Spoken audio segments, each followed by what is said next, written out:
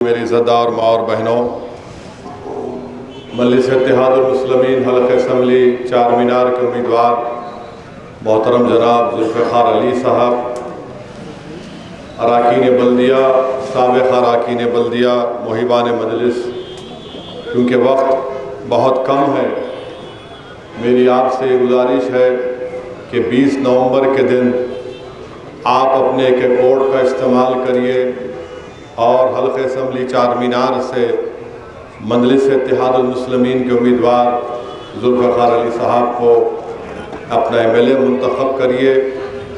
आप मुत्तहिदा तौर पर अपने वोट का इस्तेमाल करेंगे तो ये हमारी कामयाबी के साथ साथ हमारे इत्तेहाद की कामयाबी होगी। यकीनन हर कोई कुछ इख्तलाफ हो सकता है मसलक की बुनियाद पर, मगर मजलिस की खूबसूरती और ताकत रही कि मजलिस में ही वो अल्लाह ने वो हुनर और फ़न दिया है कि जो मजलिस सबको साथ लेकर चलती है। इसीलिए मेरी आप तमाम से अपील है कि एक वोट का इस्तेमाल करिए। और मैं आपको बताना ज़रूरी समझता हूँ कि यहाँ पर हल्क़ असम्बली चार मीनार में मजलिस इत्तेहादुल मुस्लिमीन की नुमाइंदगी पर शादी मुबारक के जो चेक्स दिए गए, 5 साल में 19,421 लोगों को शादी मुबारक के चेक मजलिस की नुमाइंदगी पर दिए गए और उसकी लागत है 180 करोड़ रुपये। 180 करोड़ रुपये उसकी लागत है। 19,421 लोगों को शादी मुबारक के चेक दिए गए। वहीं पर चार मीनार में 7 बस्ती दवाखाने बनाए गए। चार मीनार असम्बली हल्के में 7 बस्ती दवाखाने बनाए गए, जिसमें OPD कंसल्टेशन है, टेली कंसल्टेशन है, मुख्तलिफ चीज़ें हैं इलाज के लिए। और आप देखते हैं कि मजलिस की नुमाइंदगी पर गवर्नमेंट ने एक जियो जारी किया है कि चार मीनार यूनानी दवाखाने को उसको नई तौर से उसको बिल्डिंग को बनाया जाएगा। इसी चार मीनार के असम्बली हल्के में मजलिस की नुमाइंदगी पर हमारी तारीख़ी जो कमाने हैं उसका रेनोवेशन हो चुका है। गुलजार हाउस जो एक कचरे का डब्बा बना हुआ था उसको रिनोवेट किया गया। अब सरदार महल जो चार मीनार असम्बली में हल्के में है, वहाँ पर भी सरदार महल को खूबसूरत तरीके से बनाया जा रहा है। चार मीनार बस स्टैंड के पास एक बहुत बड़ा पार्किंग लॉट का फाउंडेशन स्टोन डाला गया और मुझे यकीन है कि जब वो तकमील को पहुँचेगा तो कम से कम मेरे ख्याल से 300 या 400 गाड़ियाँ रखने की सहूलत वहाँ पर दस्तयाब रहेगी। चौक की मार्केट का काम शुरू हो चुका है। इसी चार मीनार के असम्बली हल्के में खुर्शीद जा की ड्योढ़ी है। खुर्शीद जा की ड्योढ़ी को हेरिटेज के तहत उसको रेनोवेट किया जा रहा है। खुर्शीद जा की ड्योढ़ी में अंदर खुर्शीद जा जूनियर कॉलेज है, डिग्री कॉलेज है। वहाँ पर मजलिस की नुमाइंदगी पर मेरे MP फंड से, MLA फंड से बहुत से तरक्याती काम अंजाम दिए गए हैं। अभी बहुत से काम बाकी हैं, रोड वाइडनिंग का काम होना बाकी है। और आप जानते हैं कि मेट्रो का काम भी मंजूर हो चुका है, जो एक हिस्सा जुबली बस स्टैंड से लेकर दारुशफ़ा ग्राउंड से फलकनुमा तक जो बचा हुआ था उसका प्लान बन चुका है। और मुझे यकीन है कि इंशाअल्लाह ताला असम्बली के इंतखाबात के बाद मेट्रो के काम का भी आगाज़ होगा।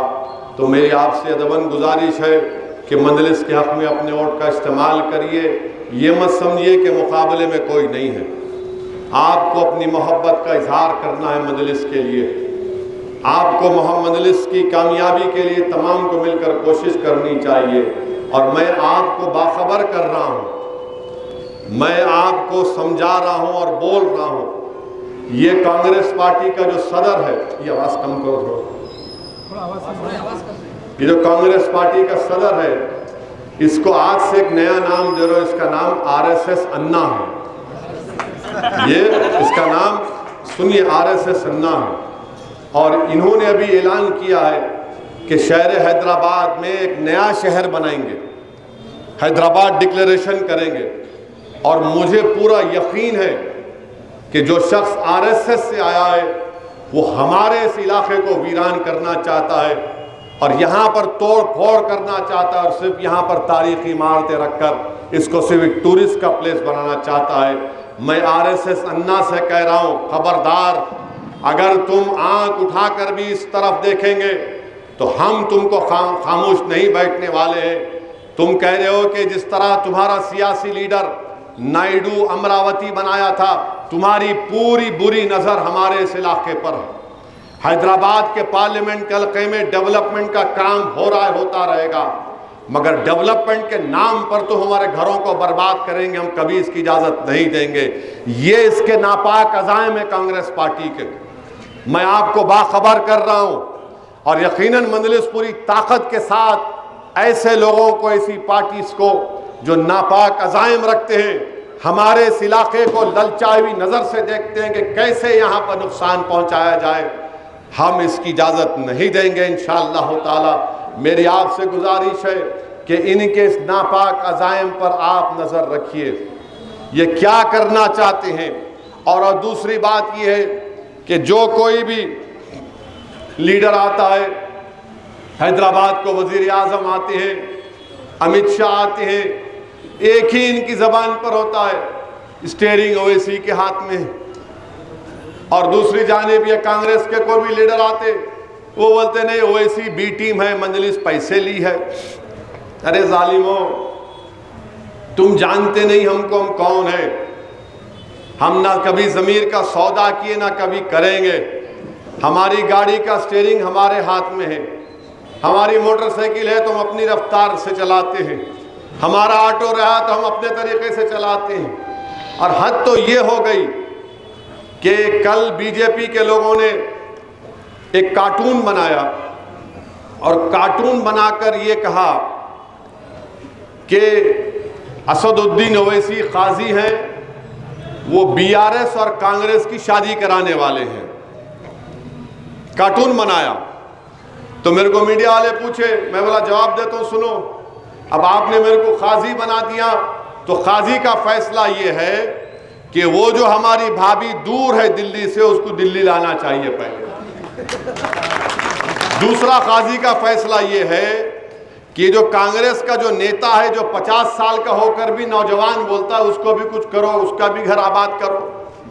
यानी तो हमको छेड़ोगे तो फिर याद रखो तुमको तुम्हारी जबान में जवाब मिलेगा।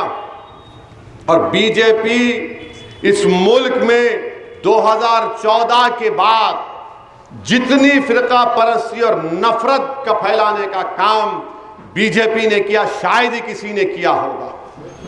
जितना नफरत फैला सकते, जितना खौफ पैदा कर सकते अक़लियतों के बारे में, वो काम बीजेपी ने किया। आप अंदाजा लगाइए कि क्या क्या कानून नहीं बना है, CAA का कानून। और CAA का जब कानून बना तो कौन सी असेंबली में उस कानून के खिलाफ रेजोल्यूशन पास हुआ, कौन सी बल्दिया में उस रेजोल्यूशन के, उस कानून के खिलाफ रेजोल्यूशन करारदाद पास की गई। ग्रेटर हैदराबाद म्युनिसिपल कॉरपोरेशन में और तेलंगाना की असेंबली में उस कानून के खिलाफ रेजोल्यूशन पास किया गया था। तो मेरे अजीज दोस्तों और बुजुर्गों, और ये कांग्रेस पार्टी है, जब कभी भी इख्तिदार इनको मिला, उस वक्त के आंध्र प्रदेश में कांग्रेस के दौरे इख्तिदार में फसाद हुआ, हमेशा फसाद हुआ।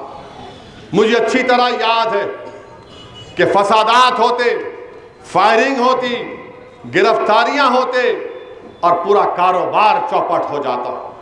ये कांग्रेस पार्टी का रिकॉर्ड रहा है। आज कांग्रेस पार्टी के लोग आकर बड़ी बड़ी बातें करते हैं। अरे तुमने माइनॉरिटी डिक्लेरेशन जो जारी किया वो मध्य प्रदेश में करना था, जहां पर अब चंद दिनों में इलेक्शन होने जा रहा है। राजस्थान में करना था, जहां तुम्हारी सरकार है, 25 नवंबर को पोलिंग है, नहीं करे। हैदराबाद में करना पड़ा। क्यों करना पड़ा? क्योंकि यहां पर सालारे मिल्लत अब्दुल वाहिद ओवैसी और मजलिस के मरूम कायदीन की मेहनत की वजह से मजलिस इत्तेहादुल मुस्लिमीन मौजूद है। तो मजलिस इत्तेहादुल मुस्लिमीन की मौजूदगी को देखकर उन्होंने कहा कि माइनॉरिटी डिक्लेरेशन देंगे। और क्या डिक्लेरेशन दिए, क्या डिक्लेरेशन दिए? अरे तुमको यह भी नहीं मालूम कांग्रेस पार्टी के अहमक हो कि कॉन्स्टिट्यूशन में, आइन में लफ्ज माइनॉरिटी एक कॉन्स्टिट्यूशनल वर्ड है, एक आईनी लफ्ज है जिसका जिक्र आर्टिकल 30 में किया गया कि मजहबी माइनॉरिटी, लिसानी माइनॉरिटी का जिक्र किया, ये माइनॉरिटी को ओबीसी से मिलाती है। माइनॉरिटी के नाम पर ओवरसीज स्कॉलरशिप मिलती है। माइनॉरिटीज के नाम पर टेमरिस के स्कूल मजलिस के नुमाइंदगी पर खोले गए 201, जिसमें 1,80,000 गरीबों के बच्चे और बच्चियां पढ़ती हैं अलग-अलग बिल्डिंग में। ये माइनॉरिटीज को मिला खत्म करके ओबीसी लाना चाह रहे। अरे ओबीसी का जिक्र आर्टिकल 15 में हुआ, माइनॉरिटीज का जिक्र आर्टिकल 30 में हुआ। दोनों फंडामेंटल राइट्स में आते हैं, चैप्टर 3 में आते हैं। इतने अहमक हैं, मगर इनके अहमक नहीं है, बल्कि इनकी ये सोच है कि लफ्ज माइनॉरिटी को खत्म करके रख दिया जाए। और मजलिस की नुमाइंदगी पर 10,000 से ज्यादा करोड़ का सरफा हुआ है अखिलती बजट में। बताओ, जब तुम्हारी हुकूमत थी आंध्र प्रदेश की, तुमने क्या किया था? तो मजलिस को निशाना इसलिए बनाया जाता है क्योंकि जब तक मजलिस रहेगी, ना कांग्रेस ना बीजेपी अपने नापाक अजायम को सरजमीन दखन पर उसको लेकर आ सकती है। ये जानते हैं कि ये मजलिस जब तक रहेगी, ये लड़ती आई है, इस जमात का रिकॉर्ड रहा है, जेलों की सोबतें इन्होंने बर्दाश्त की हैं। ये मजलिस के खिलाफ इसलिए भी है कि ये नहीं चाहते कि असदुद्दीन हैदराबाद से निकलकर जो उत्तर प्रदेश को जा रहा है, बिहार को जा रहा है, झारखंड को जा रहा है, राजस्थान को जा रहा है। अरे हमारे अराकीन बल्दिया मध्य प्रदेश में है, हमारे चेयरमैन बल्दिया के उत्तर प्रदेश में। ये मजलिस को रोकना चाहते हैं, मगर इंशाअल्लाह ताला जो बुजुर्गों ने जिस मकसद के तहत इस जमात को कायम किया, जो ख्वाब उनके थे, इंशाअल्लाह ताला अल्लाह जब तक मुझे और मेरे साथियों को जिंदा रखेगा, मैं इन ख्वाबों को पूरा करने की कोशिश करूंगा। यकीनन हम तैयार थे तुमसे मुकाबला करने के लिए। अरे मजलिस की तारीख रही, नीलम संजीवा रेड्डी से लेकर मजलिस ने किरण कुमार रेड्डी तक हर एक चीफ मिनिस्टर का मुकाबला किया। हम मुकाबले से डरने वालों का नाम मजलिस इत्तेहादुल मुस्लिमीन नहीं है। आओ तुम मुकाबला करना चाहते आओ। अरे मैं तो कह चुका हूं कांग्रेसियों, तुम्हारे उस 50 साल के बूढ़े को भी ला लो, आओ मुकाबला करो हैदराबाद में। हैदराबाद की आवाम फैसला सुना देगी तुमको।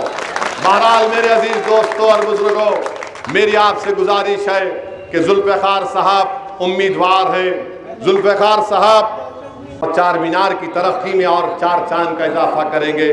बहुत बहुत शुक्रिया आपका। अस्सलाम वालेकुम व रहमतुल्लाहि व बरकातहू।